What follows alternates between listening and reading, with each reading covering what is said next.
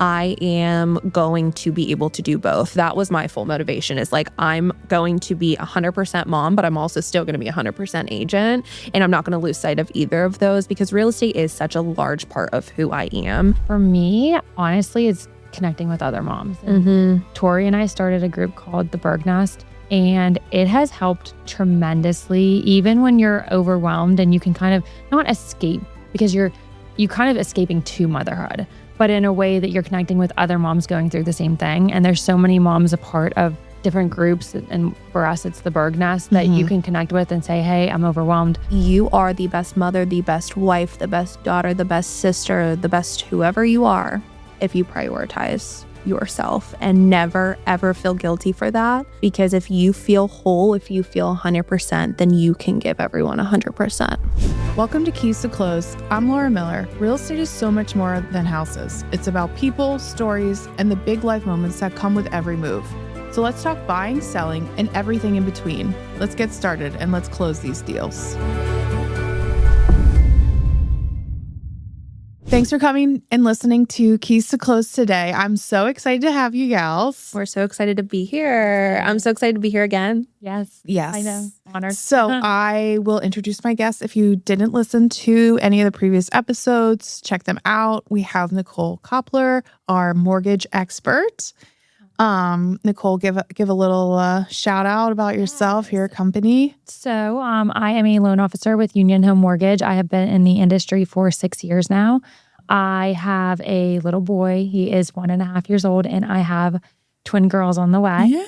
So I am a full-time working mom. I work mostly from home, so it is pretty chaotic, but I wouldn't have it any other way. Very nice. We're so excited for all of the babies. Oh my goodness. Our girlies are on the way. Yes. That's right. Oh, And then we have the fabulous Tori Angelini, my team lead, and honestly, seasoned vet at Compass now. I think I might be a vet now. You might. Huh? You're I a got my founding bottle. member, right? And I got my bottle of champagne for 5 Right. years. So I've been in real estate for 6 years, same as Nicole. But I've been with Compass for 5. So yeah. We're loving it. We're doing good, and we love Compass. Yeah. We talk about that. We all the really time. shout out to Compass. Yeah. I have to say, I really appreciate all of the camaraderie, support, and the technology that just really sets us apart. Everyone thinks their brokerage is the best, but Ours truly is. And this is not a sponsored ad, but No. Robert, please, we could use a little sponsorship. I love working every with one of Compass my. agents. thank you. That's right. That's Thank right. you.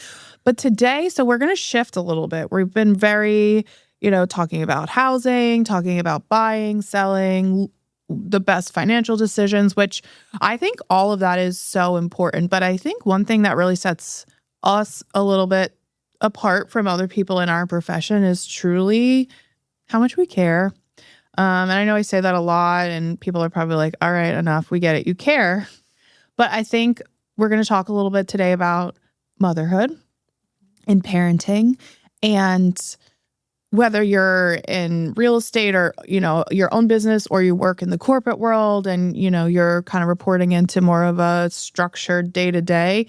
I think having an agent or loan officer in your corner that has kind of walked in your shoes can really help the process of home buying, because we empathize with a lot of things attached to those, life changes of having children and some of the struggles too. And I think a lot of what makes us really great business owners and business servicing our clients, I guess you could say, is more so just because we have that level of empathy. And I think the only way you get that level of empathy is kind of going through trials yourself. Mm-hmm. So with that, I would love to hear, I know, Nicole, you have Cruz. How old is Cruz now? 18 months. 18 months. And then you have, when are baby girls due? They are technically due in December, but I probably, since they're twins, they come early. So Yeah. probably November. Oh, good. It's in the slow Little season. Thanksgiving turkey. So you'll be back for spring stinkers. market. Perfect. Yes. Yeah, no, that's truly, that is perfect timing. That's amazing. It's so funny because, truthfully, I think when you're in an industry like this, that it is a little bit of a seasonal business, you know. Yeah. It's like you do have to kind of plan your life a little bit. I mean, you can't plan everything. Kids happen all the accidentally or whatnot Yeah. planned. You just have to roll with it. But it is, I'm sure, a little bit of a relief that you're like not having them in April. Somehow, when you're somehow, and it wasn't it wasn't on purpose, but I had a cruise in January and the girls are due right before the holidays. So I really never missed a beat, which I consider myself very blessed for that because of course I'm going to take that full maternity time with my children.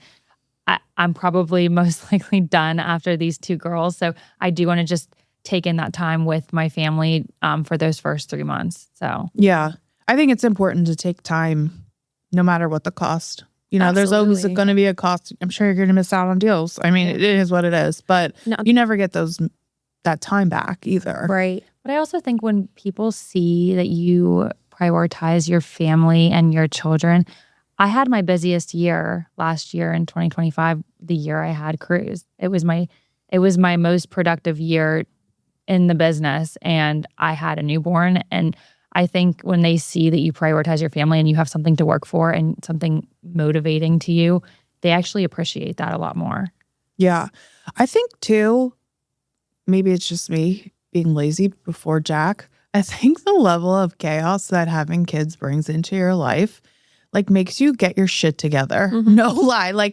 I have to get up at 6 a.m. every day or I will literally not be able to get my transactions director the document she needs, or I will not be able to get, Nicole what she needs. And so it kind of forces you to be overly organized, productive, and it gives you a different kind of drive. Do you feel like Absolutely. You talk about that all the time, how your business kind of has changed since having Gia? Yeah, I think you allocate your time differently, right? You make sure that every portion of your day you are using it to your full advantage. And I think, as you mentioned, I also had my best year in real estate when I had my daughter. But I think too, you have something that motivates you even beyond your internal growth. You want to just give your child the world. And I think for both of us and you, Laura, we were all like, okay, I'm taking this to the next level. I am going to be able to do both. That was my full motivation, is I'm going to be 100% mom, but I'm also still going to be 100% agent. And I'm not going to lose sight of either of those because real estate is such a large part of who I am. And I feel like if I lost that, I wouldn't be as good of a mother because I love my career. I love what I do. It keeps me going. It keeps me not feeling like, a lazy potato. So I always was, I'm still trying to grow as much as I can. And now having Gia, it's my biggest motivator ever because I want to give her everything she deserves and more. I want to give her everything that I wasn't able to have as a child. I want to give her a life and also show her what a working woman is capable of. Yeah. And I think that's very important. Yeah. Yeah. And we can't skip over Gia Capri. How old is Gia Capri now? Gia is 17 months. So she's actually, she's actually 3 weeks, little over 3 weeks. I didn't realize they were so yes. We were texting each other nonstop and she was like, I can't believe you had Cruz before me. I was stuck being pregnant. I was pissed. And Nicole was scared to tell me that she had Cruz because I had, Nicole was everyone, she was like, I had Cruz and I was scared to text you because I felt like you had a rough I had a rough pregnancy, but when you're pregnant, I feel like you're also following along the timelines of everybody who's pregnant with you. You're probably doing that now. And you know when people are due and you know when to expect their baby to be here. And I felt like of everyone I knew that was pregnant at that time, for the last 3-4 weeks after you had Cruz, it was like I was on an island. I was like, when is this baby going to My sister-in-law had my nephew 6 days before Jack. So I feel that I was literally like, if I don't get this boy out of me, we're going to have a real problem. Absolutely. And I am not the girl who loves being pregnant. I'm not. I don't enjoy it, or at least I didn't enjoy it. Maybe if we do have another child, it will be different the second time around. But I absolutely positively loathe being pregnant. I was very sick, so I didn't get to experience the excitement of it for many reasons, and also just I felt just like a shell of myself. Yeah. So I could not wait to get her out, and I got induced as soon as they let me get induced, and I'll probably do that again. Yeah.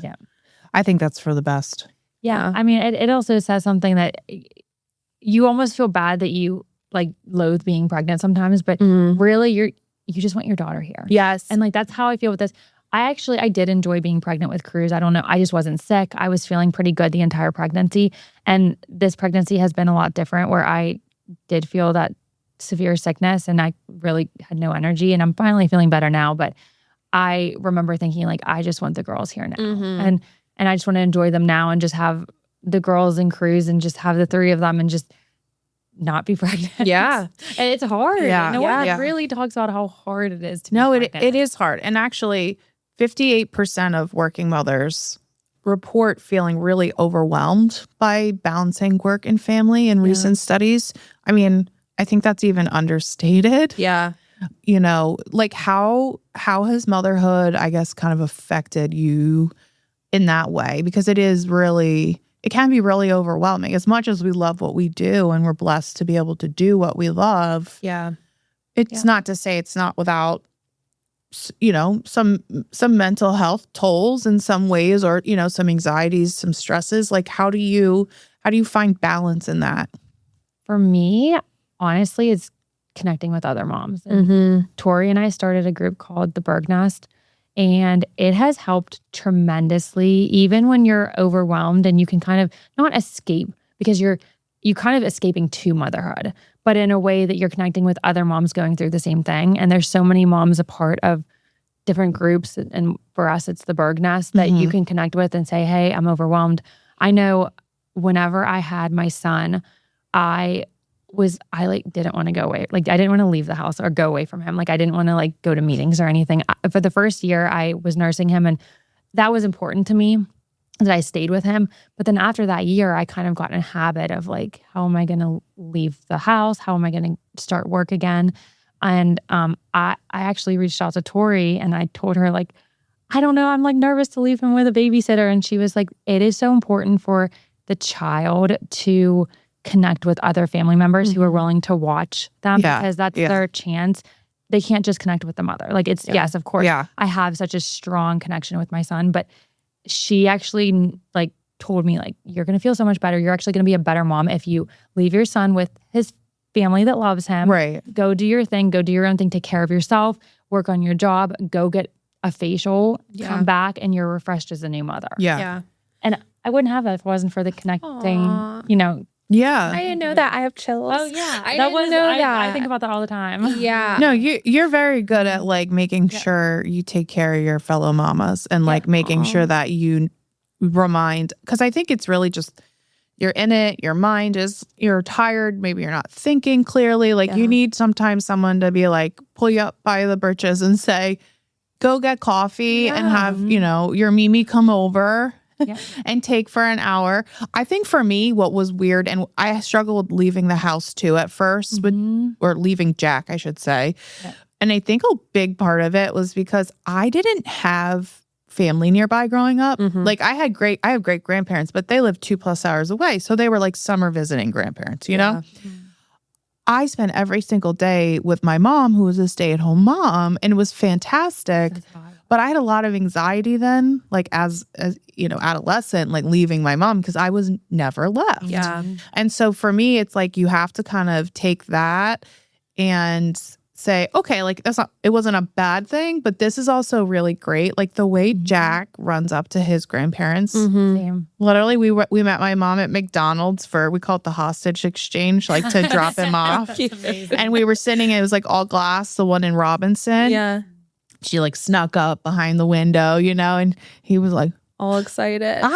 he doesn't speak yet, so he's just yelling and he pushes me out of the chair and he runs to like, That's so special. Like I don't want him, you know, he's not afraid to go. He wants to go in her big white truck and go wherever she's going. Like he's not crying for me. And I'm sure there's going to be times when he wants me and whatnot, but it really is reassuring. And I know you have spent so much time, even yourself, growing up with your grandparents. Yes. And seeing that relationship even for you as an adult, and like hearing you talk about your childhood, like to me that was like really helpful to be like, this is a really special way to grow up. It is. And it's funny you say that because I was actually the same way you were. I did not want to leave my mom or my grandma when I was little. Like when I had to go to school, I mean, I would be holding on to I would cry the door on the bus. handle. Yeah, screaming. I always call myself a preschool dropout because I literally went I didn't probably, even go. yeah, like I don't even know went. if I went because I think got to the point where they were just like, this is too much. She doesn't want to go. And it was the 90s. So like it was fine. And then I did kindergarten. It was the 90s. There were no rules.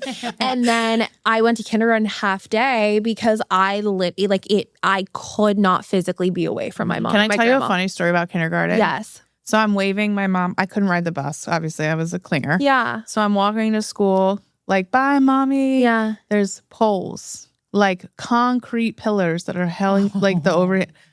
First day, I walked right full speed into the pole, had a meltdown. My mom had to put me back in the car, drive around the block. I had a big old egg. So, like, yeah. Oh, that's me. I remember my kindergarten teacher, my mom was dropping me off and she was like, we'll go get her in another 15, 20 minutes. And she anticipated that I was going to forget. And I remember like, I literally watched the clock and I was like, are we going to go get my mom now? And I remember the teacher was like, take it back because she was like, oh, I didn't anticipate her to remember that. But yeah, I think my husband was the same way too. So he was terrified to go to school. I was terrified to go to school. We just wanted to be with our mom. So when it came to raising our daughter, we were like, we need this girly to be so extroverted that she just wants to be where the people are. And I don't know if it's just her natural personality, but she is very, she won't go with anyone. But she will go with the people who she trusts and who she's familiar with and who she knows and loves. Yeah. And I think we're all very, very fortunate to be able to have our babies with people who we know, with family members, with grandparents. Oh, yeah. And I think that also makes our job and our lives a lot easier. And I don't let that go unnoticed. Is I don't know if motherhood would be as easy for me as it is if I had to send her to daycare or if she wasn't with my mom or my mother-in-law. Yeah, you don't have to worry. And that has allowed me, and I'm forever grateful, to take care of myself and to take those moments for myself or those days for myself to just like get dressed, do my hair, feel like me for, a couple of hours. And that allows me to be a better mother. Yeah.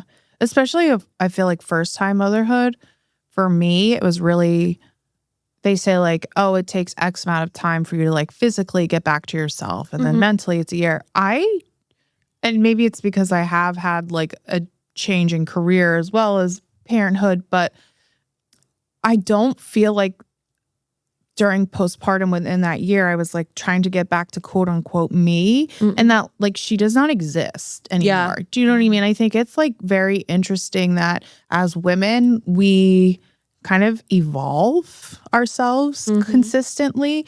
And I think for those of us fortunate to become like natural mothers and go through that process, I think that is, it's an evolution that really people don't talk about because it's hard to put into words, quite frankly. I can't really even dictate what exactly it felt like, but I think giving yourself that space to think through, okay, this is my new life. This is my new norm. How does this affect my business, but how does this also affect my family, and where do I want to go exactly with that is, it's tough. And I think having support systems like the Berg Nest is really great for that because there's so many different moms in that group. That's one thing I appreciate. Yeah. No one is just from like one area of Pittsburgh. Yeah. No one is just, a first-time mom or a second-time. We have, like, grandmas in there. Oh, yeah. Which I love. We have everyone in there who loves their babies in Pittsburgh. We have mamas, in waiting, we like to call them, that are trying to have babies. And, that, it's a great resource for that because, unfortunately, we've all dealt with loss in our journey to motherhood. And so that's near and dear to us as well because, and for me, I think that even made leaving Jack harder because it's like, I waited 4 years for this. I don't want to miss anything. Yeah. Anything. Like that was a big part too. Like when Mike and I decided, okay, like we're going to have kids one day. And I always said like, I was a corporate girly. I said, I like what I do. Like it's good. I like it enough. Good money, like is it worth really like walking away from that? He won't even remember. He's not going to remember me for the first 4 years or whatnot. But I think and God had a plan, right? And it was not my journey that I had in mind. Yeah. And so going through that, like, it was just, I'm not going back to work. I'm not missing. And it wasn't for him. It was for me, because like, you work so hard to have a baby and then to have to like only spend bedtime together. Yeah. Right. I just couldn't. I would have had a mental breakdown, I think, truly. Like, I would have been in West Penn psyched, because you've been bailing me out, because I just like, I couldn't even think about it. I mean, I could barely like have my mother-in-law come over so I could go to Target for an hour, let alone leave him for 8 hours a day at 12 weeks, you know? So you look at life and motherhood so differently when you experience loss. And I think for all of us,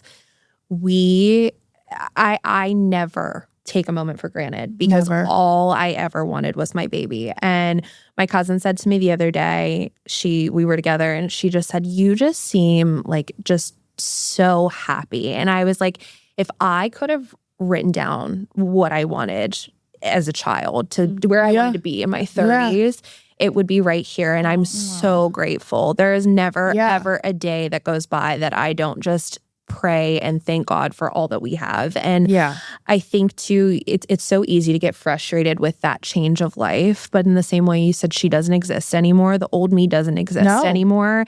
And I have learned to look at life from such a different lens. I have learned patience. I have become closer to God. I have had such a different experience since my losses. And I'm sure you girls feel the same way as well. It really changes your perspective. And I think whenever, you go your whole life and you think, okay, whenever I'm ready to have a baby, I'm just going to have a baby, and it doesn't happen that way. And we even talked about timelines. Like in this industry, I tried to plan. I tried to say, okay, I'm going to get pregnant at this time and have my baby at this time. It doesn't work that way. And everybody told me, don't put yourself in that headspace. I didn't listen. But nobody listens. Yeah. Like, that's not the human nature. I know. And as much as you want to plan, it's amazing to see that like God's plan is always greater, because, for example, whenever I had my first miscarriage, I was a teacher. And after that miscarriage, I decided to completely change my career path. Mm-hmm. And I was like, I am going to get into mortgages. I'm going to work from home. And I didn't have an idea where I was like, I didn't have like a big dream for this job yet. Right. And it wasn't until God gave me this amazing gift of my son that it lit a fire in me. And I'm like, I am the second I found out I was pregnant with Cruz, I was like, this is going to be it. Like, I'm going to make this work, because I get to work from home. I get to incorporate my son into my job in so many different ways and so many different groups that I'm a part of. And he gets to be with me along the way. And it's the most special thing in my life that I have a job that I absolutely love. And I have this amazing son and 2 babies on the way that I get to share this experience with. Yeah. I wouldn't have had and they get to learn. If my plan would have gone accordingly to what I thought was the best, I wouldn't have any of this. Yeah. It's I feel the same way. It changed the trajectory of my career and my life. When I got pregnant with Gia, and just because I had gone through the struggles of, the miscarriages and the losses, I really had time to figure out what was important to me and what wasn't, but also how I wanted to raise her and the headspace that I needed to be in to be the best version of myself as a mother. I was in a toxic workplace situation, and when I got pregnant with her, it didn't align with my values, and I was not going to be part of something that I didn't want her to experience, right? So it was just very important to me to make sure that my career always aligned with my values and that I was doing what I felt was best for my family. So I pivoted at that point, and that's when I started my own team. And if I wouldn't have done that, I can't imagine where I'd be. Yeah. Yeah, truly. It's funny because, so I got married, I had a COVID wedding unexpectedly. So like that plan had gotten completely changed. Yeah. So like I, at the time, was like, this is the worst thing. How could God punish me? I didn't get my 200-person reception at the shore. Like I was like dead serious. Like, woe is me. My mom would be like, Laura, what a beautiful wedding you had. And it was. Yeah. It was small and it was beautiful. It was in Cape May, New Jersey. We drove around on a trolley and took pictures. And Victoria and Cape May had a beautiful outdoor picnic. I mean, it was like a rom-com novel in some ways, you know? And I'm like, it was terrible. I didn't get to sing Hey Caroline at my reception. Were you a bride? I was a bridezilla. Were you? I didn't think I was. And then, you're not. And then I think I was like secretly. It's so funny how you look back and you're like, the things that were so important to me at that time. Yeah. It's so funny. It's like they say your frontal lobe doesn't develop until you're 25. Truly. No, But truly. your frontal lobe also doesn't. So I think I'm just delayed. I'm a little slow. I think that it's just funny what you prioritize at different times in your life. But like literally the world was ending. Okay. Yeah. People were dying. Yeah. But you couldn't sing Sweet Caroline. I could not sing Sweet Caroline at my wedding. Mm-hmm. It was devastating. It was devastating. Okay. So I came out of that. I'm a survivor. Yeah. God. Survivor. I love And saved a bunch of money and bought a house, you know. Oh, well, it was terrible. Yeah. It's terrible.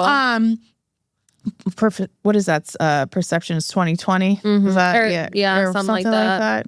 Who knows? Hindsight's 2020. Hindsight's 2020. There we go. No, so I came out of that like wedding season and it was January of 2021. I was like, okay, we're gonna have a baby now. Mm-hmm. It's just gonna happen. Yep. Yeah. Right? Yep. 3 months, got pregnant. My plan's going perfectly. And keep in mind, it's like still kind of like COVID-y, but like not really. So that at the time, everybody was like very backed up, like all the doctor's offices and stuff. Cause for so long, especially like OBs and things like that, like it was just like only if you were in labor, or like you were very high risk, like they would get you in for ultrasound. So everybody was delayed. So I was 8 weeks pregnant. I was supposed to have had an ultrasound like the week before, but they were booked up. So I was supposed to go that Thursday.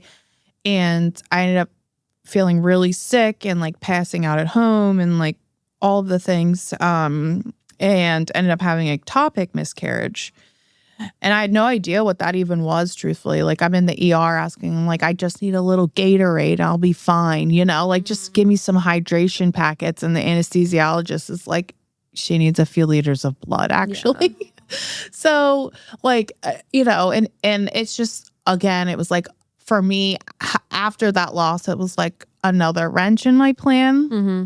And like that, and I almost felt guilty then because you start to really like in those really down and out moments realize like, hey, Caroline ain't so important right now. Yeah. You know? I think too, with all of us, we have had more than one loss. Mm-hmm. And I was the same. We started trying and instantly I got pregnant, lost the baby, and that was devastating. But for me, it was the second loss that just threw me into a spiral because I think you educate yourself enough to know like, okay, loss is common. But then when it continues happening, you wonder and you question yourself as a woman, is there something wrong with me? And that's where my headspace was. Oh, yeah. Every little thing. It's like, did I drink too much coffee? Did I drink too much wine? Did I not exercise enough? Did I, you know? I had a honeymoon pregnancy and I was caught off guard with the pregnancy. I couldn't believe that I was pregnant. Yeah.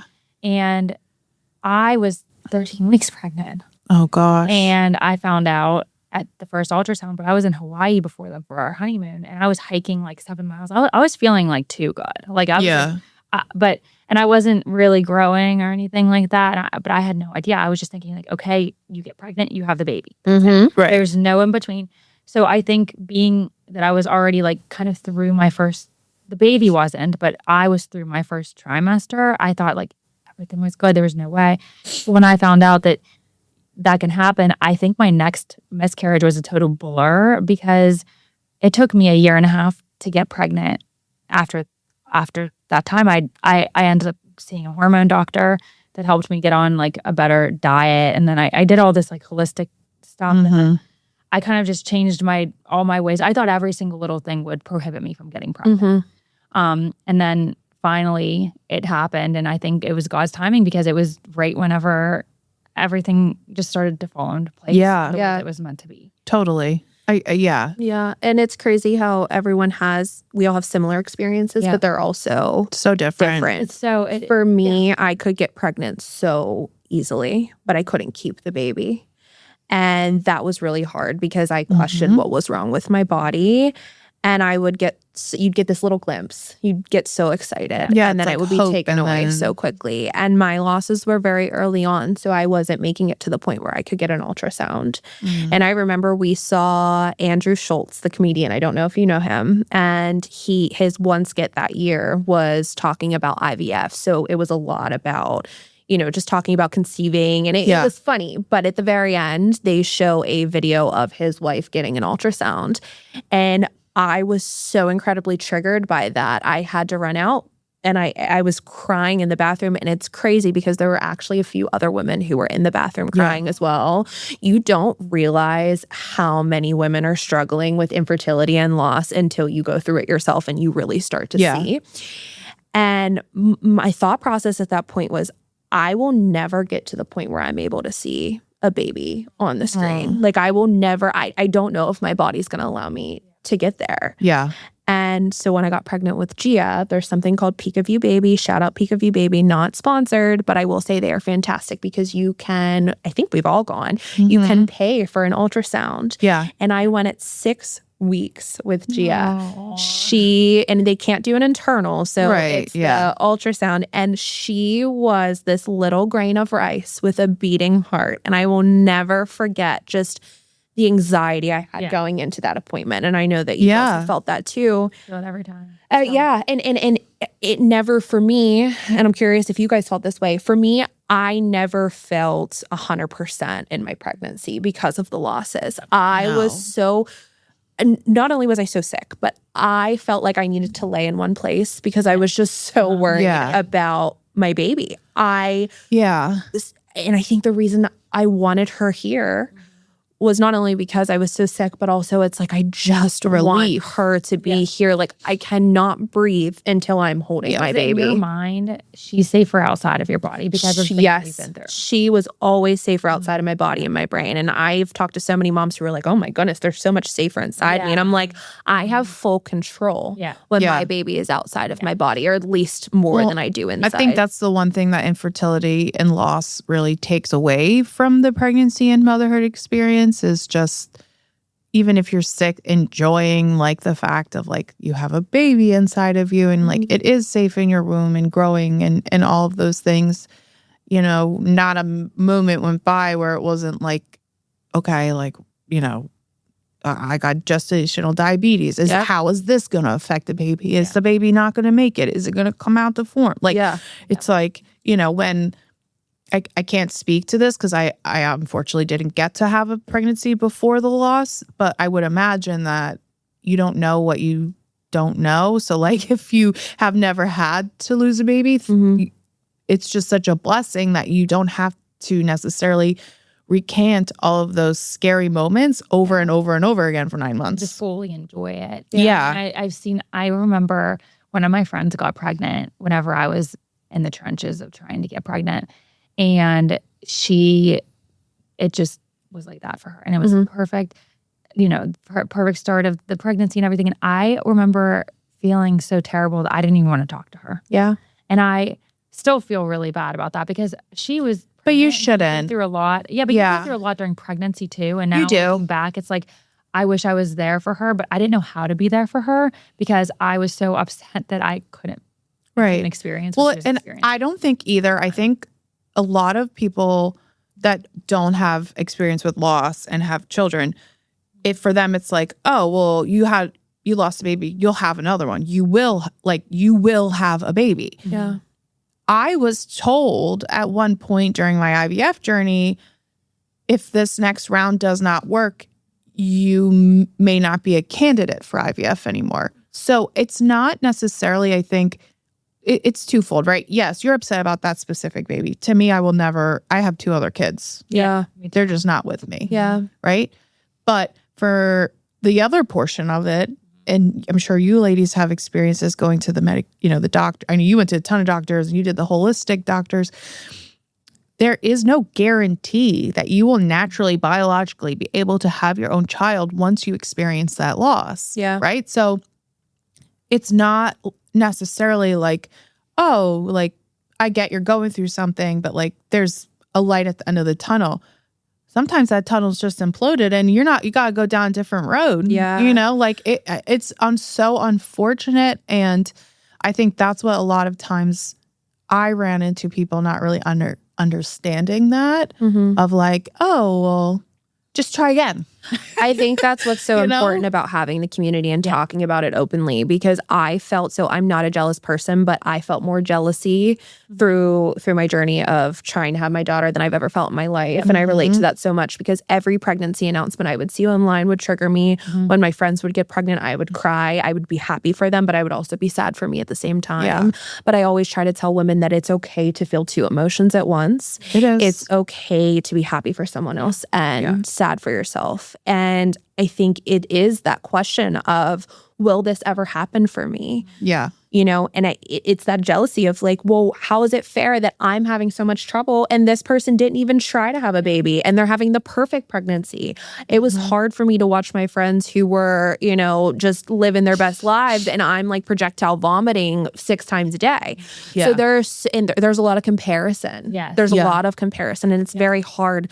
But I think it's important to acknowledge that it's okay to feel that and not to get upset with yourself when you're feeling that because it's natural. And I think it's okay too for anybody that's supporting someone going through this time to say, I have no idea how you're feeling and I'm so sorry you're feeling like that. Yeah. And it's all right if you're mad at me for a little bit. Yeah. And I think talking to people who have gone through it definitely helps. Yeah. But also sometimes talking to people who haven't gone through it makes it a little bit worse because unfortunately worse. they just No, it don't know what to does. say and it's not their fault. But it's the type of thing that you just have to experience to be able to speak on it. I do feel like over 55% of women will experience loss in their life. Yeah. Like it's a scientific, and to be honest, I feel like it's probably even higher than that. But Oh, absolutely. I do feel like, and maybe it's just because I've been noticing it more because I went through it, but I feel like there is a little bit more awareness around what to say to people or what not to say to people. And I think we can still use a lot of improvement there. Yeah. I think people, and that's where I talked about earlier, like when you go through things like this, I am now so empathetic to loss, period. I don't Same. care if you lose your dog. I don't care if, Pappy, Tor just lost her grandfather. Like my heart aches in a whole new level for other people. Same. And that is one gift I feel that has really resonated with me through all of that. What about you guys? Do you feel like you're... Absolutely. So if I see a woman out who's maybe, I don't know, she's checking me out at the store or it's my waitress at a restaurant and I notice that she's in a bad mood, I get frustrated instantly. And then I have to remind myself, you were working and actively going through a miscarriage and you didn't feel that you could tell anybody and you didn't know how to tell anybody. But obviously you weren't putting your best face forward. Right. And how do I know that the woman on the other side is not experiencing the same thing? Or maybe she can't get pregnant. Or maybe she's dealing with something that I just can never understand. And I think I view women specifically so differently now because we, behind closed doors, go through so many things that we feel like we cannot talk about publicly. And we're blessed because, like Nicole said, I work from my bed if I really need to. Absolutely. And when I went through my ectopic loss, it was still COVID, so we weren't in the office, right? And that was great. But then when we started doing fertility treatments, they wanted us back in the office.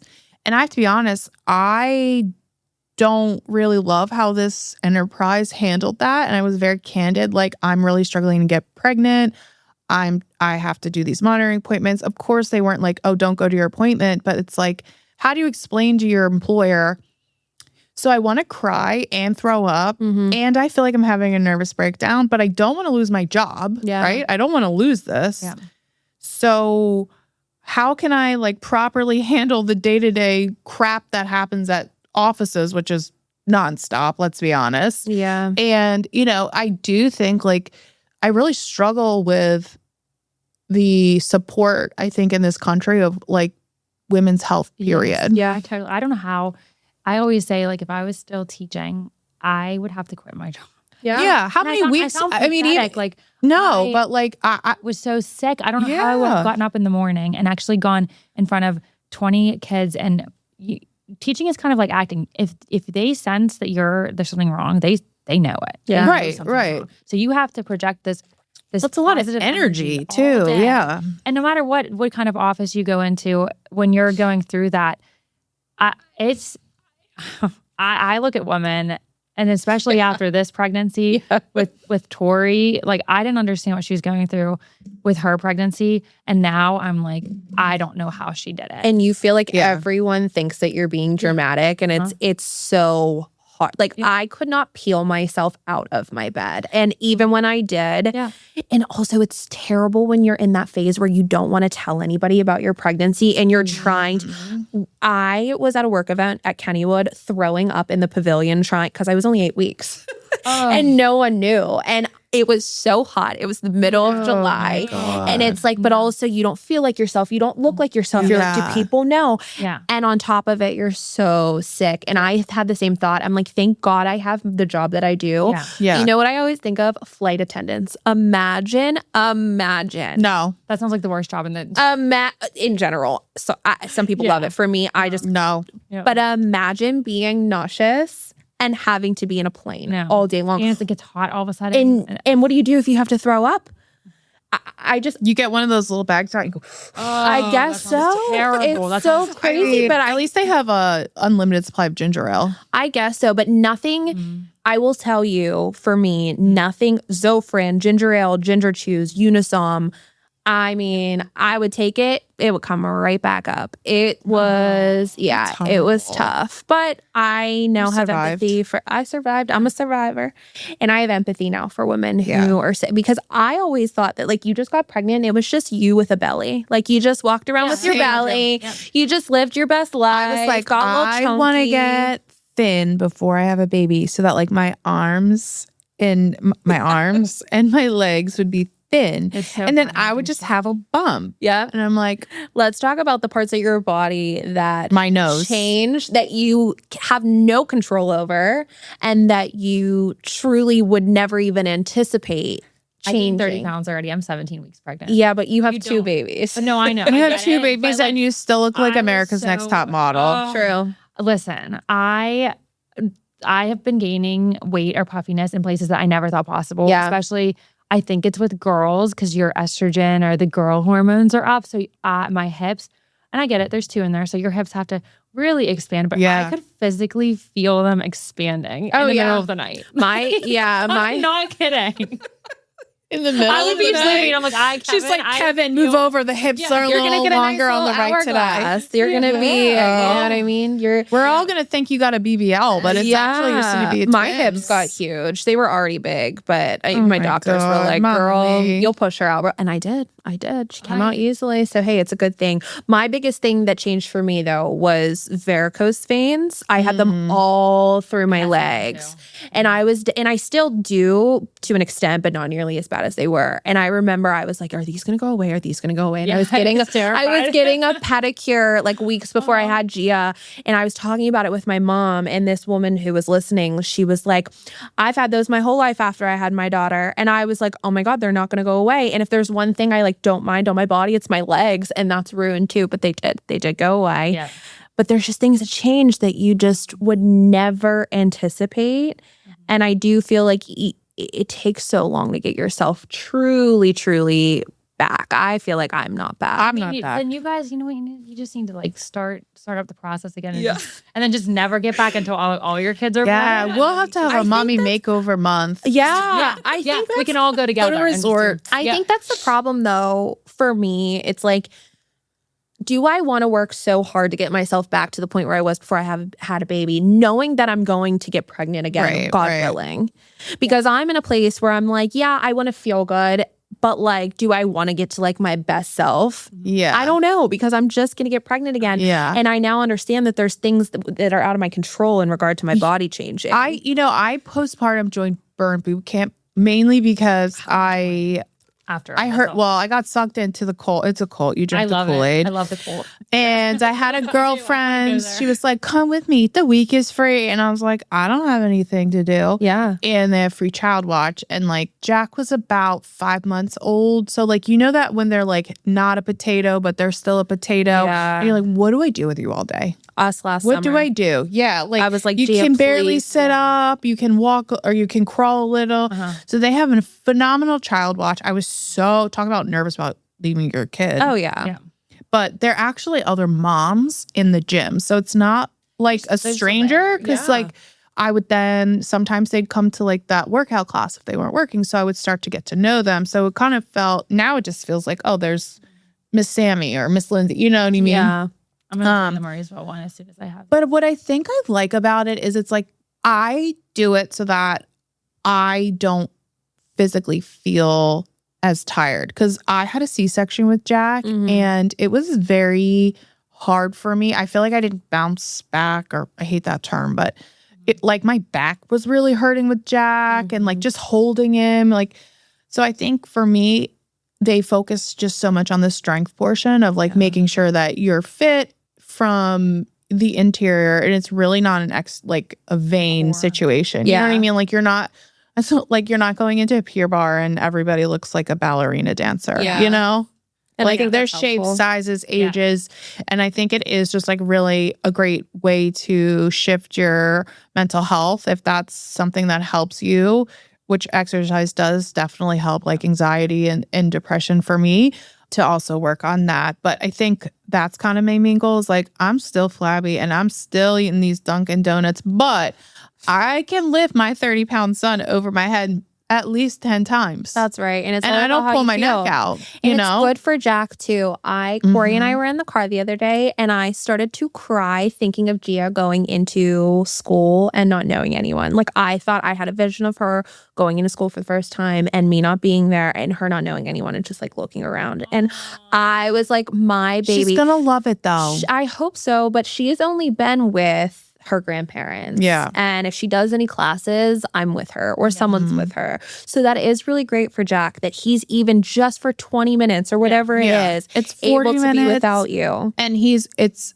nice because it's all different ages of kids. Yes. So he gets to play with older kids, he gets to see babies. And like they say he just kind of tinkers around and plays with all the little toys and but like he's sprinting now down to that gym. My goodness. I love that. I can't. And he's so happy. Like, you know, I think too, when we're happy, our kids are happy. Yes. And I fully so believe that's why, like, no shame either. Anyone that works full time listening to this, if you work full time and you put your children in daycare and that's what makes everybody in your house happy, healthy, more power to you. And there are corporate mamas who love what they do. And I think that's fantastic. Having a career that you love, regardless of what it is so important as a woman and so important for your mental health. Yeah. And I think to be in a space, it doesn't matter what your schedule looks like. If you go to the office and if you're only with your baby a couple of hours a day, truthfully, for me, on my busy working days, I'm only truly present with Gia a couple of hours a day. So yes, we may be physically together, but that doesn't mean that I'm fully engaged with her.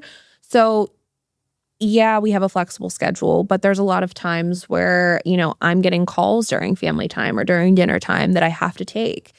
That has been the hardest thing for me, and I'm curious for you guys too, in our industry, the fact that it doesn't stop. So for example, when my grandfather passed last month, I was in a place where I was very much grieving and I needed just a week to kind of get myself together and be able to pull myself together enough to take care of my daughter. Right. Yeah. But I don't have PTO. I can't clock out. I still have clients that need me. I still have people that want to see homes that aren't going to be there in a few days. So I have to get them there. And I was about to read my grandfather's eulogy and I had an appraiser calling me. And it's calls that you can't have go unanswered because they needed to get inside of the house. And I think that is the hardest part, and the one thing that I don't love about our job is that it truly doesn't stop, is that I try to tell myself that I gave myself time to grieve.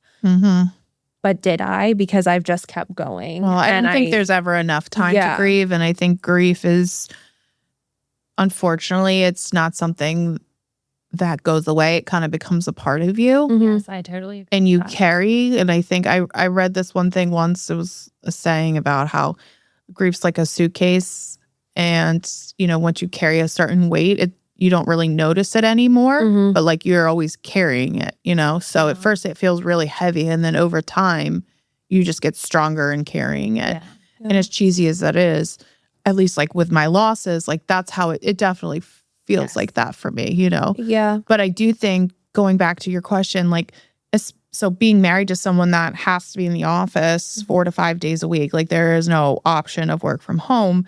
It's very hard to find that family time, because a lot of times I feel like I'm just passing Jack, okay, to daddy, see ya. And like, then you're out all night for showings. Or this past weekend, I literally spent 0 time with my family because I had 2 listings. I had to negotiate till midnight on Sunday. There are just times that it ebbs and flows. And I remind myself that this is just a blimp on the radar, though, of the time that we do get to spend together. Yeah. Everybody always makes fun of my summer sabbatical when I go to the Jersey Shore for 2 weeks. You deserve it. But that is truly something I protect, because and like you said, like we're never off. Like I still took calls. I went to a Compass meeting in Avalon because I love it. But 90% of that time I was able to be physically with my family, with my husband, with my son, with my dogs, at the beach, yes. But like just being able to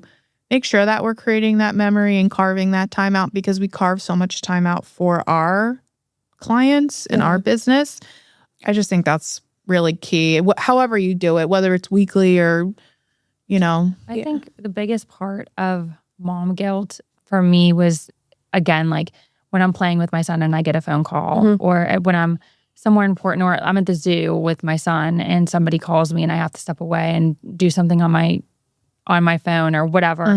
And I think the biggest part is like not feeling present with him, even if I'm home and I'm like working on the side or I'm on my phone and he's playing, and I start feeling this intense mom guilt. And I think what I realized through all of that is creating, when that all was hitting me, I was like, I'm gonna create a job, my own form of a job where I get support. So I took a pay cut to pay an assistant to help me, and we can share the workload, and especially the computer stuff that I would spend all day on. And that has tremendously helped me in my career to not only grow, but give me more time with my family. Yeah. Which is the most important. But I think that's what makes, and I just heard this on a podcast. Clearly, I love a podcast.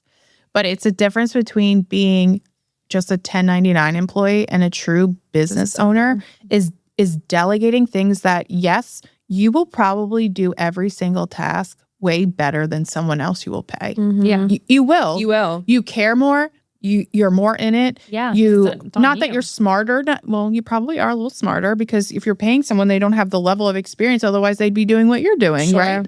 So that's been hard for me. And I'm curious what you think, because you've hired a few people too, like hiring people to just do social media. Like I have to take care of paperwork, clients, negotiating. That is the top 3 things every day of like, okay, do I have any of this to do today? No? Okay, I can do my marketing. My marketing is always secondary, but it needs to be primary too.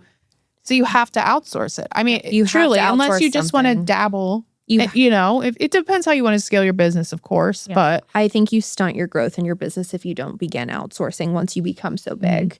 Because at the end of the day, if you're only a one-man band, you can only service so many clients at once. I think you cap, right? Yes. Like we talk about that a lot too, because I'm so cheap. I'm like, you want me to spend how much to do this? But you have to spend money to get to the next level sometimes. You do. And you're ultimately giving your clients the best service when there are other hands in the pot to help them when you are not available. Because there are going to be times where your brain, yes, you might be taking calls and you're clocked in, but like you're not fully there for whatever reason. And it's so great to have somebody who you're able to say, hey, can you just help me with this? And can you get this client what they need right now? Because they're going to be in better hands with that other person for that time being than they are with you. And that's what's so great about having a team or an assistant is that there's always someone to fill in those gaps. There is always someone to pick up the slack if you do have slack. Yeah. Because we're moms, we're human. We're going to have those moments. And to have pillars of support will excel your business so much faster. Yeah. And of course, what Laura was saying about how, of course, the assistant's probably not going to be at the level and you have to give up that power of letting them go.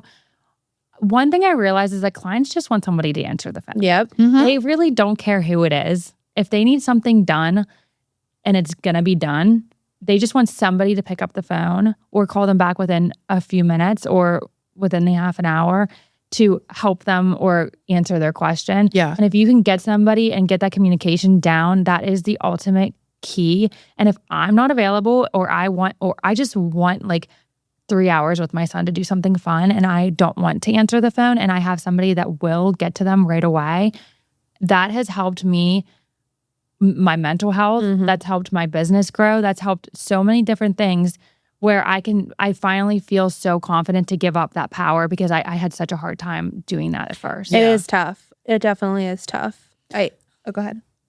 No, I was just going to say, I think the power piece is definitely like the controlling, I need to be in control of everything. I think that's one thing too that, again, loss, pregnancy, all of that has really made me reflect on my business because I can control so much. I can run myself into the ground. At the end of the day, if it doesn't work with a client, it doesn't work with a client. There is just some things that are not in our control. Sometimes when I feel uneasy, I have to say, okay, I have to literally physically look at all of my clients in a list and say, this person is taken care of, this person's question is answered, this person has everything that they need from me. I'm good. Like I can unplug. I can turn my brain off. I think one thing too that a lot of mothers lose sight of is their relationship with their husband and prioritizing that. What's that mean? Yeah, it's our anniversary today. Oh, happy anniversary. It's Mike's birthday. Happy birthday, Daddy Mike. I looked at him this morning and I go, so it's your birthday, right? Yeah. And he was like, yeah. I was like, I just don't know the number day. I know your birthday is the 22nd. I just wasn't sure if today was the 21st. Yeah. Corey and we actually just had a conversation the other night that you get into the habit of just the hustle and bustle of every day and you tell yourself like, oh, this is just our chapter of life right now. It's okay. Yeah, which it is. It is.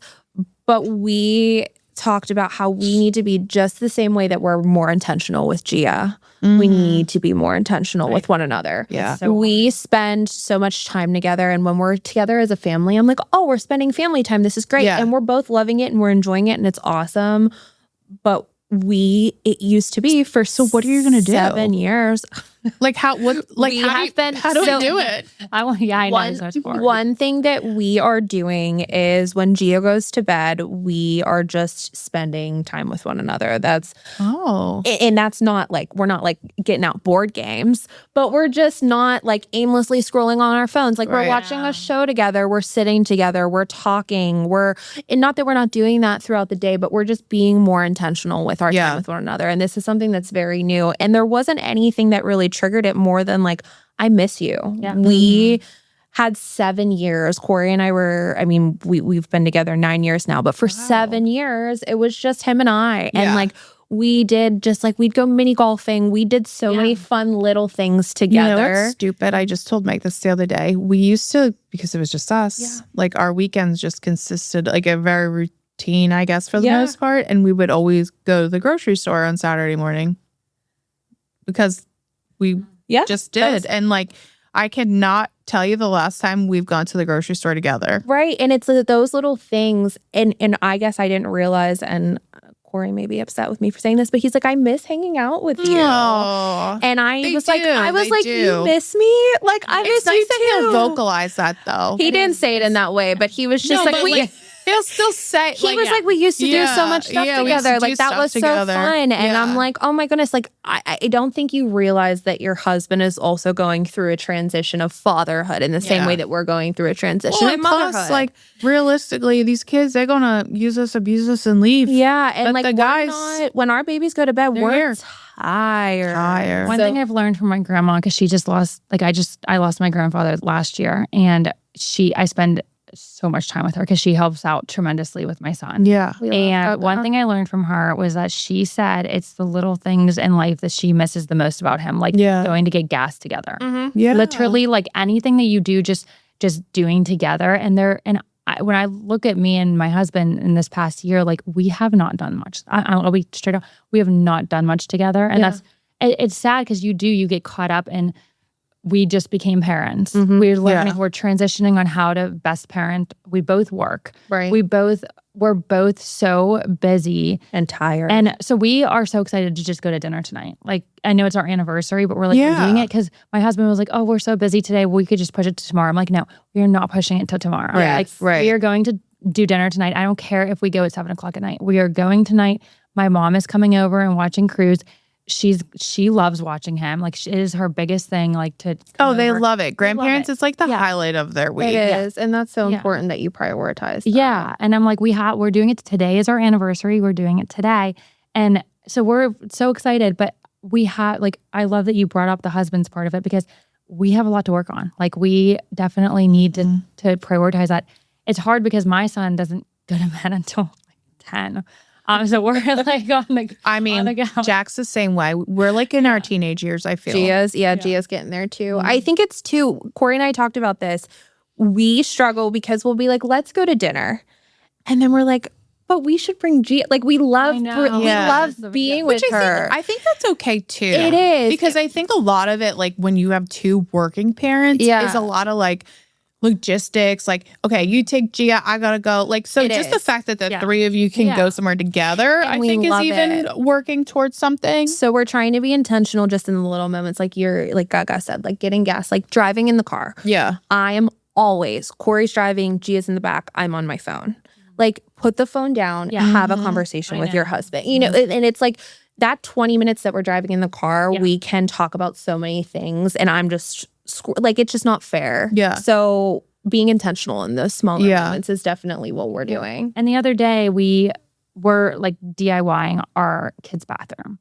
And we were like, let's go. Like, it was like so hard for us to come up with a time to go to Home Depot together. But I was like, we are doing it Kevin's like, you can just go. Or I was like, I can just go. Or I'm like, no, you know what? We're going to go together. Yeah. We're going to go to Home Depot together. And so Gaga came over and she watched Cruise while we went to Home Depot for a half an hour. And I don't know, it was fun. Like, it's the little things that you do just to get out of the house together, do something, even if it's something that is productive. It feels good to do it with your husband. It does. And it doesn't have to be this fancy, I mean, going to dinner is great. It's your anniversary. But it doesn't have to be a fancy dinner. It could be just going to Home Depot. It could be, I mean, just going grocery shopping. The simple things that, you know, you did before you were parents and before your life revolved around this little human are ways to feel connected again as a couple. Yeah. And I think too, like, having such supportive spouses too in this game. We're so blessed. We are. I truly don't know how people do it with either on their own or, you know, like, big props, because I think having like a supportive partner that understands, like, hey, I miss you, but also isn't like resenting you because you're trying to continue to see growth in your business. Too. It does. I've heard stories. I have not seen it personally, thank God, but, you know, a lot of divorce rates are high in this industry, and there's a lot of different, you know, the reality TV side almost of real estate can kind of sing true of like things that happen and people stray or whatnot. And it's like, it's sad because at the core of it, I feel our job is to really impact people through home buying, right? And we're not just like, we're physically putting a roof over your head, but what can you do in that space? Can you start your own business? You need an office. What are you going to do in that office? Like, we're supporting a lifetime of family growth, of business growth, of personal development, maybe physical healing. Like, to me, that's kind of why I love this job, is to see all of my clients thriving. Yeah. Being able to help them to start fresh in another state. They need to sell their house. They need to move out because they need a fresh start in wherever it is because they have a new job. Or, I think about showing your friend that house out east for you last year, and she had a beautiful baby girl, and and it's just so rewarding to be like, I helped get them in the door, literally. Yeah. But then to see them really flourish and grow, I don't know. I truly do feel that is the reason that's my why. Yeah. I agree. And I think having a strong foundation in our homes is what helps us to service our clients better and to be able to have the capacity to service people in the way that they need to. Ladies, the most important job that you ever have or the most important decision you ever make is who you marry. That's true. Because your husband has to love you enough to watch you change as a person when you become a mother times in order to grow with you multiple times in order to grow with you and watch that change. Because listen, I used to be a really fun time. Nicole was skydiving. I was skydiving. I was hiking mountains. I was and now I look at that and I'm like, no. Yeah. No way I'm not flying. I think Mike might like the mom in me versus my Rumspringa. You had a good time. Kevin definitely misses the skydiving version, but he definitely grew with me. He's the same way as I am. I think even as they stand alongside you while you're going through the fertility, the losses, and the pregnancy, the way that Corey stood beside me through my pregnancy, I was a shell of myself. And he was talking to me about it. Yeah, he always says, I lost my wife for 9 months. I couldn't do anything. I couldn't go anywhere. We would be eating together and I would run into the other room to throw up, and then I'd be like, I'm going to sleep, and I would sleep until the next day. I had nothing in me to give as a wife, as a partner, as a human, as a daughter. I had nothing left to give.